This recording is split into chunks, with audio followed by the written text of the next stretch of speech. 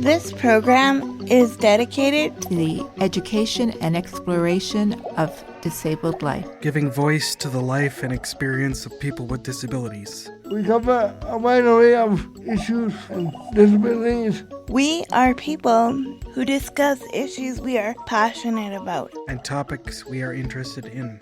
We show how disability is in the mind of the beholder.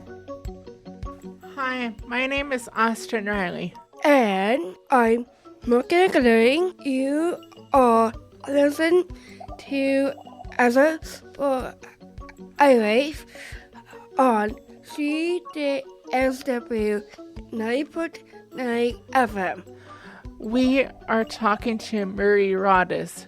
He's the owner and founder of Carrols Caramels, a home-based caramel company in Red Deer, Alberta, who is using an inclusive business model.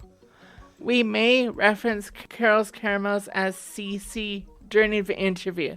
Welcome to the show, Murray. And how are you? Excellent. Well, actually, I should say I'm approaching excellent. You know, you always want to improve throughout the day. Can you tell us about CC? What is the story behind it, and when was it from? My mom used to make caramels for us at Christmas time. And when she passed away in 2018, I acquired the recipe and I made it for friends and families every winter as well. And then in the winter of 22-23, Christmas, changed a few things. And suddenly my friends and family started to phone me and say, "Oh, you know, you need to start a company and sell this because this is better than any commercial caramel we've ever tasted."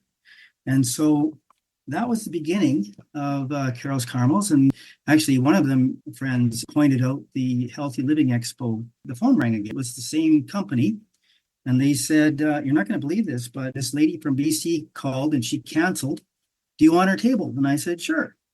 So that was the beginning of Carrols Caramels because we didn't have a company name. We didn't have a website. We didn't have any way of taking money, credit cards and things. And so we had to set up the website. We had to set up an email address. We had to get the square reader. This was Wednesday morning and the event was on Saturday morning. So we worked straight through the night. We had a stove burner go out on the right-hand side on our stove. So we only had one burner to work with. But we made as many caramels as possible and got to the Healthy Living Expo. So at 10:30, we were ready to start selling. And lo and behold, if we didn't completely sell out by 12 o'clock. We started the company as a proprietorship in January of 2023. And it began to take on momentum. And by May 11th, 2023, we discovered it was time to incorporate.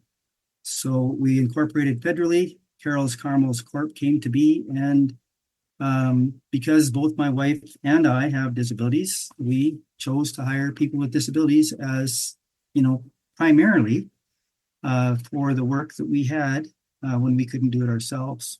That is amazing. What is the inspiration behind the name of your company? Was Carrols Caramels named after anyone? Carrol. People always want to know who Carrol is. Well, Carrol was my great uncle, and my middle name is Carrol. My parents gave me his first name as my middle name in honor of his service in the Canadian military. So he was a military engineer, and he was wounded in the Battle of Vimy Ridge in 1917.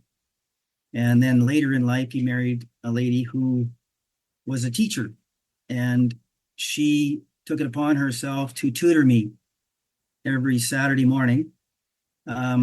From grade 4 right through second year university nearly. And she lived in Camrose and Alberta. And so she helped me with my creative writing, which has been incredibly helpful as I've gone through life. And so Carrols Caramels is a tribute to my great uncle Carrol Dreyfler Sievers and his wife Beatrice Murray. When my uncle passed away It was about the time for me to turn 16, and I was given their 1966 Pontiac Acadian as my 16th birthday present. So I owe them a lot in my life. And so Carrols Caramels is a tribute to my great uncle, but Carrol. But unfortunately, Carrol didn't know anything about caramels because he was on my dad's side. And the recipe actually came from my mom. So maybe someday in heaven, I'll be able to give him one of our caramels. Wow. I like that. Can you tell us about yourself, your background, and how it led you to where you are today? Somebody said I had a hyperactivity disorder. Now, back in the 60s, they really didn't understand AD and HD. I also discovered that after grade 3, I just wasn't able to learn. And no matter how much I paid attention and how much I worked, I just couldn't seem to answer the questions on the quizzes. And ultimately, I failed every grade of school after grade 2. And I also failed 2 years of university, just to make sure. I dropped out of university, got a job as a surveyor, and became a construction surveyor. And over the course of my career, over 30 some years of surveying, I built airports and highways, and I actually worked with the IndyCar series for about 3 years and developed the current laser measuring methodology for the IndyCar series. So it became apparent to me that I have disabilities and I have difficulty learning in a two-dimensional educational environment. What I do see immediately is I see things in real life that other people do not see, just because of my perspective. It was only because I demonstrated to them that I could answer some of the questions that they couldn't answer, that I got the opportunity. Because of my experience as a person with disabilities, having overcome learning disabilities in the work environment, the real world environment, I really had a compassion for people with disabilities. I really wanted to help them if I could, or if there was anything I could do, because I felt that they were like me. When Carrols Caramels needed to hire people, we had a generational family secret recipe. I was stumped as to how I was going to get someone to help me make the caramels and not walk away with my recipe. I had a friend who was legally blind, and I asked him if he'd be interested in working for me, and he said he would. And so then it became apparent that people that have limited vision or legally blind are perfect for assisting me in making my secret caramel confections. That's interesting. We know CC employs people with disability. Can you tell us more about yourself and her employees? There are over 800,000 Canadians of working age that would love to go to work if people would give them a chance.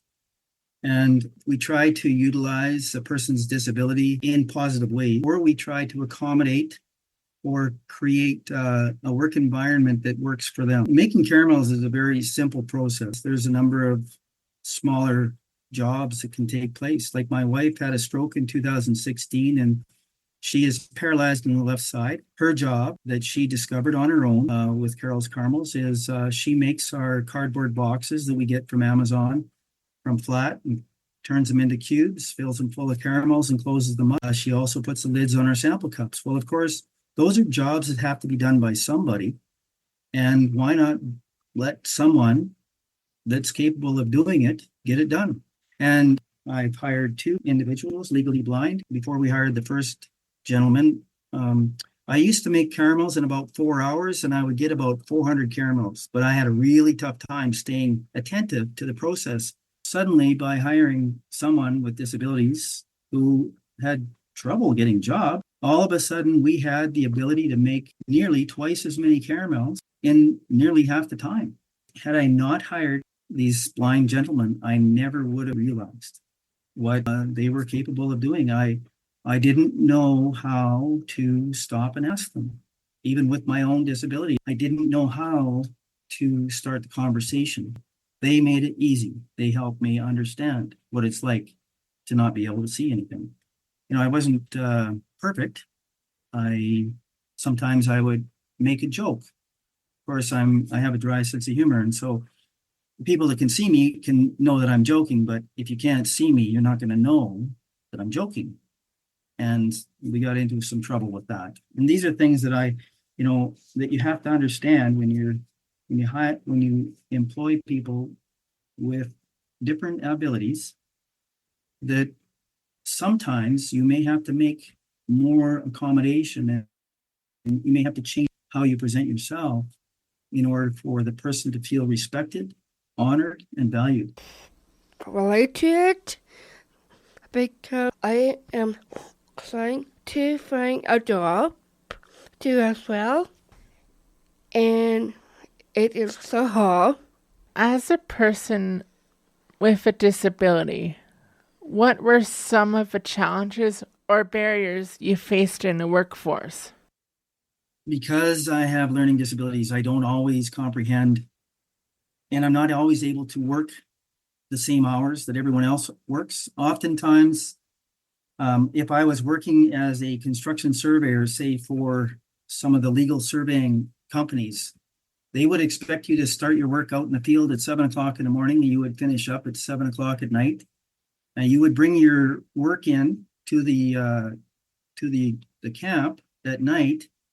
And while you were watching the hockey game, you would do up all your notes. So you would take your electronic information and transfer it to a book by hand, so that you could submit it to the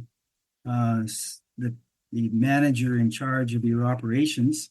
And he would in turn give it to someone else to transfer to an electronic format. Of course, I didn't quite understand why we did all of that. Part of my comprehension was that I didn't understand why it was already electronic. Why are we transferring it to a book so that we could transfer it back to the electronic format? And that's one of my challenges with my learning disability, is if I don't see the whole process or understand it or have it explained to me, then it becomes a very difficult task for me to perform. And so I would often come into the camp at night, and as soon as I hit the heat of the camp, I would be out. I would fall asleep. I would wake up at 4 a.m, which is when my brain is ready to take on complex challenges. And then I would quickly do my notes and submit them to them before I headed out to the field the next day. Of course, the manager was expecting to receive them at midnight. And so I would never last more than about 3 months with any legal company, because I could not work at the end of the day. And the reason for that was, all day long, my mind was going 2,000 miles an hour. And as I'd only had a vague diagnosis as a child, I really didn't understand hyperactivity or what they meant by that. And so I just didn't understand why these other people could come in at night and sit there in front of the TV and do their work. Heck, I sit in front of the TV and go to sleep. I can't do that. And so last January 30th, I was finally diagnosed by a psychiatrist to have been born with and lived with all my life moderate to severe AD and HD combined. So attention deficit and hyperactivity disorder.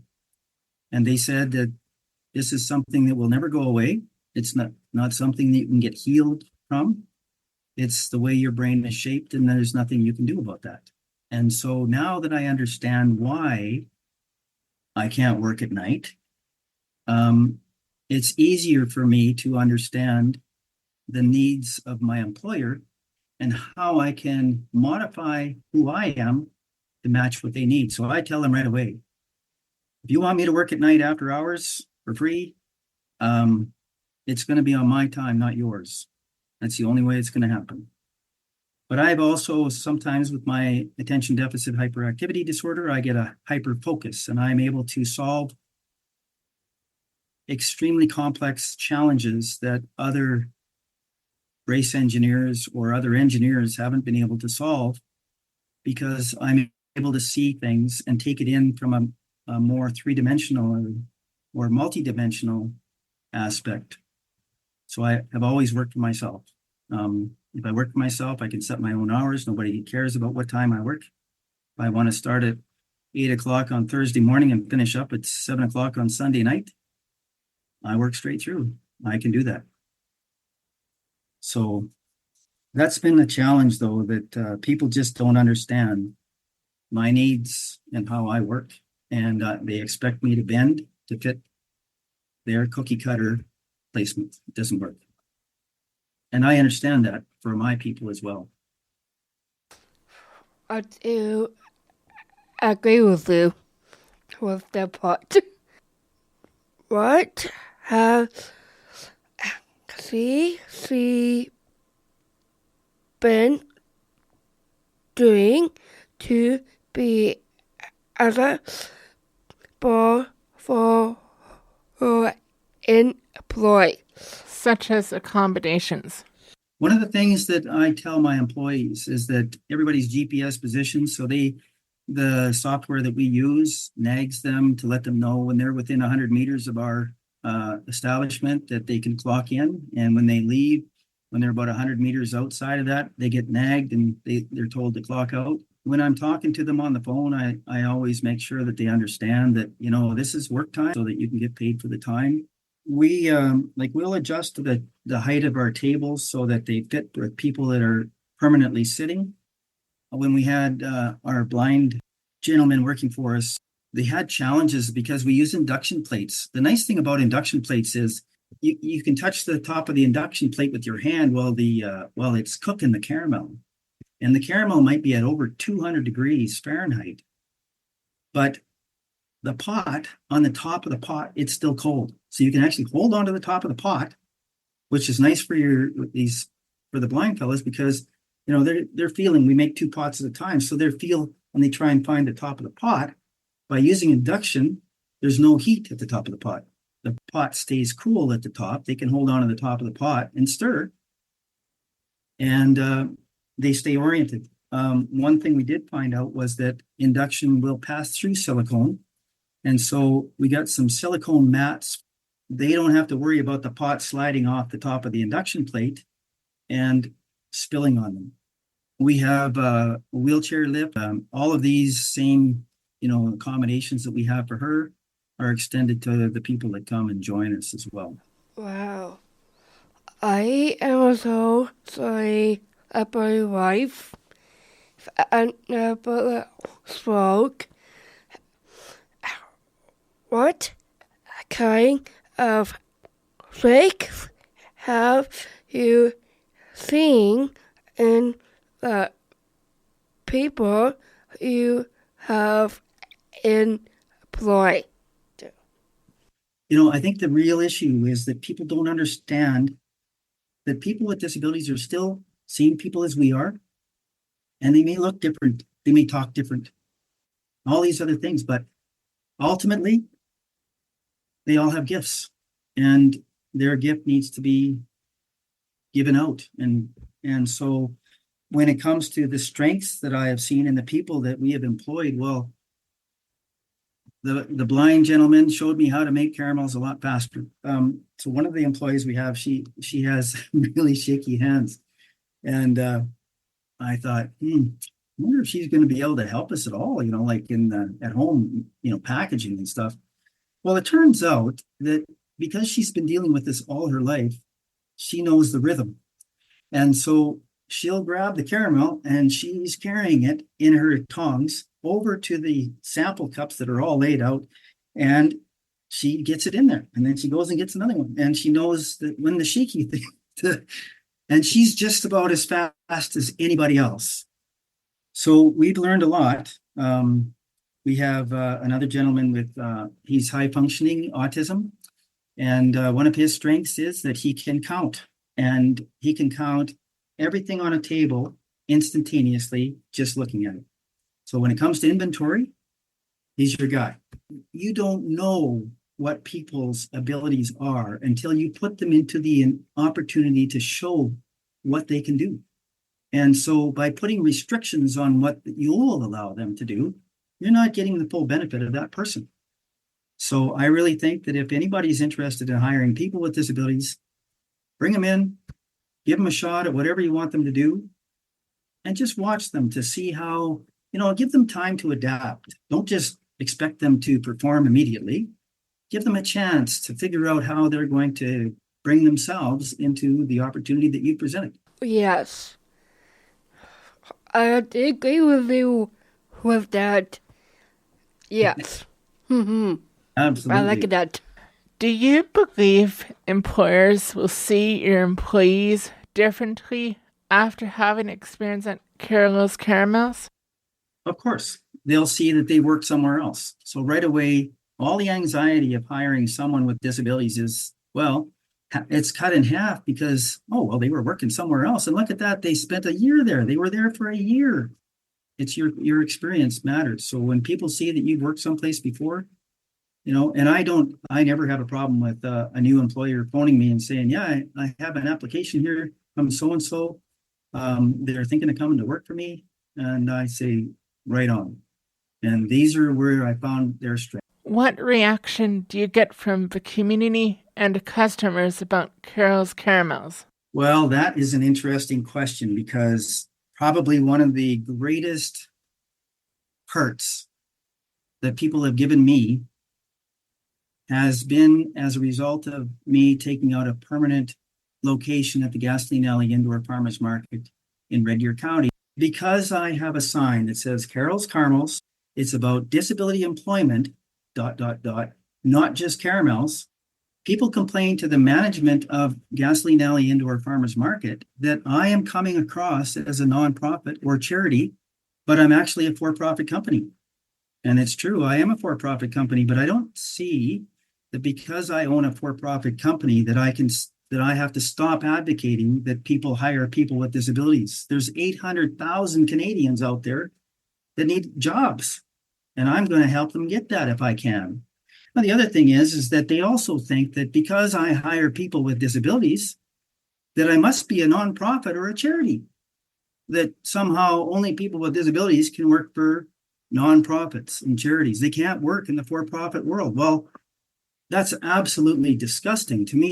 In a way, I feel bad for the people that think that people with disabilities have to work for charities and nonprofits and that they can't work for the for-profit world. And I believe that's a detriment, and that's an unfortunate thought, really, because some of the greatest minds in the world have had disabilities. Stephen Hawking, for instance, all he could do was he could write his textbooks, 7 textbooks, I believe it was, with just the movement of his eyelid and artificial intelligence that he developed.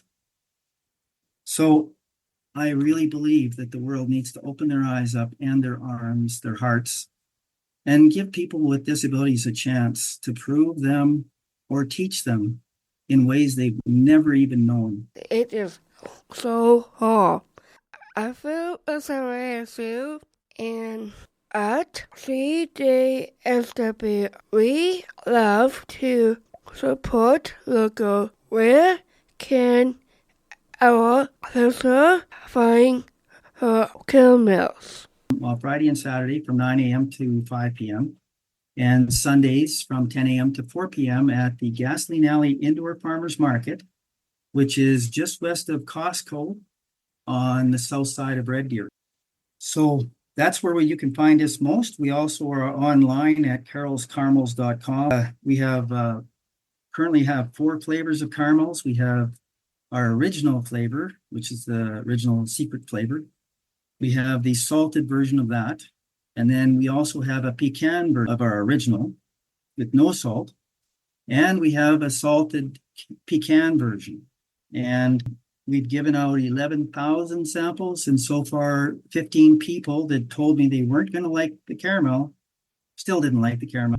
That's about a 99.86% chance that anyone that tries our caramels are going to like them. Right now, we have our caramels are actually going to the Highland Dancing World Championships as energy replacements. We have a line called the Ultra line of caramels, and my niece who she completed the Sinister 7 run in the Crow's Nest Pass here in July. She has been working with me on developing a new line of caramel for energy replacement, and she's been using them in her runs, and she's found that they're excellent at replacing energy. They don't leave any residue in her mouth, and they don't get sticky like a lot of the other energy replacements. At the end of their races, they get pretty dry. Wow. And good use for that weight. What are some future goals for Carrols Caramels? Any plans for expansion? Yes, as I said before, we're working with Red Deer Polytechnic on developing a caramel wrapper. The biggest cost in our caramels is the cost of wrapping and packaging. And if we could reduce that expense, then we could possibly bring the price of our caramels down or increase the number of caramels in a box and that sort of thing. I imagine that right now our caramels are probably the most expensive caramels or confections in Western Canada, if not all of Canada. So if we can find a way of reducing the cost, that would be great. So also, as we gear up for next year's marathons, we'll want to make sure that we're able to produce a lot of caramels. And so I think we're looking at a custom caramel wrapper that Red Deer Polytechnic and I are developing. So that's going to help. And we also have an opportunity that if we can get into a commercial kitchen, and commercial kitchens, it's very difficult to go from your home kitchen to a commercial kitchen because they expect you to pay big dollars in rent. And I just don't have that kind of money right now. But if we can get into a commercial kitchen and have an interpretive area where people can come and watch our people with disabilities make caramels, there's a cobot manufacturer that's interested in providing us with an unlimited supply of cobots to work with our people with disabilities. And so that will increase opportunities for our people because we'll be able to broaden the kind of disabilities that we will be able to utilize, because the cobots would offset whatever disability they might have. And so we're really looking for that. I've always been into high tech. I love the world of advancing technologies. And so if I can apply that and bring that in, like artificial intelligence, to help people that have cognitive difficulties, to utilize that in some way in making our simple caramels, that would be awesome. Would you like to share your website and social media with our listeners? Is Facebook /Carrols Caramels.